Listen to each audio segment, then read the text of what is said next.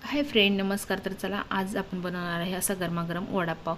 तर चला वडापावला लागणारं साहित्य आपण काढून घेणार आहे.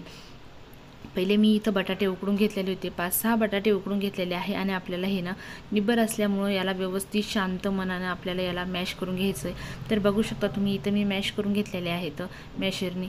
तर तुम्ही ग्लासाने वगैरे करू शकता किंवा तांब्याने, तुम्हाला जसं आवडेल त्या हिशोबानं तुम्ही मॅश करून घेऊ शकतात.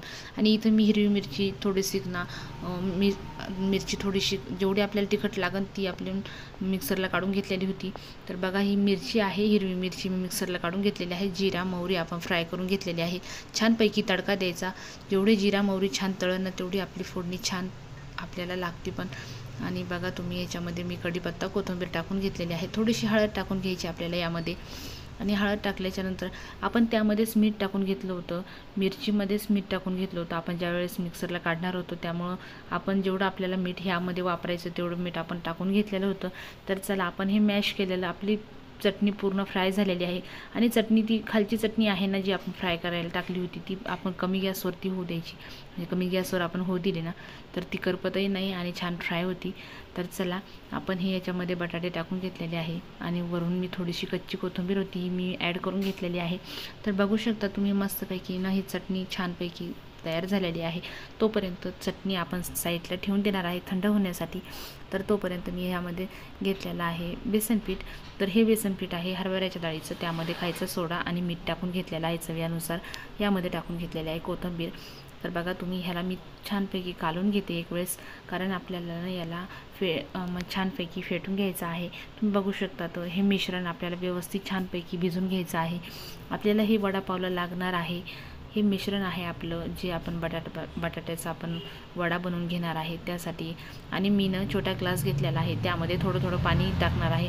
एकदम पाणी आपल्याला ॲड करून घ्यायचं नाही यामध्ये, कारण एकदम पाणी ॲड केल्यामुळं आपल्याला हे पतलं जास्त बनवायचं नाही आहे, घट्टच ठेवायचं. तर तुम्ही बघू शकता तर असं मस्त छानपैकी हे तयार झालेलं आहे. आपण याला 10 मिनटासाठी चटणीचं आपण वडे बनवून घेऊ तोपर्यंत त्याच्यासाठी आपण ना त्याला 10 मिनटं भिजायला ठेवून देऊया. तर आपलं व्यवस्थित सगळ्या गोष्टी आपण करून घेतलेल्या आहेत तुम्ही बघू शकता. आणि हे आपलं थंड झालेलं आहे आणि आपल्याला असं छोटे छोटे छान चपटे वडे बनवून घ्यायचे आहेत.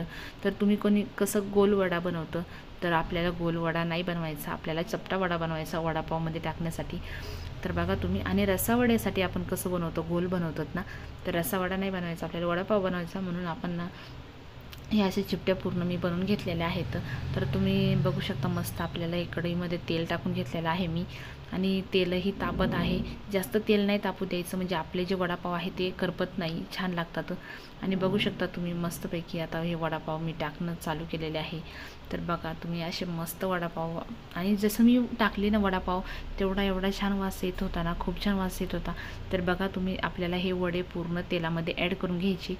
आणि गॅस आपल्याला जास्त फुल नाही करायचा आणि कमी पण नाही करायचा, मिडियम गॅस ठेवायचा, म्हणजे हे तेलही नाही पित आणि कुरकुरीत छान होतात पण. बघा एवढे छान कुरकुरीत झालेले आहेत आणि मस्तपैकी वास येत होता याचा. खूप खूप छान वडापाव झालेले आहेत. तर तुम्ही नक्की असे वडापाव बनवून बघा.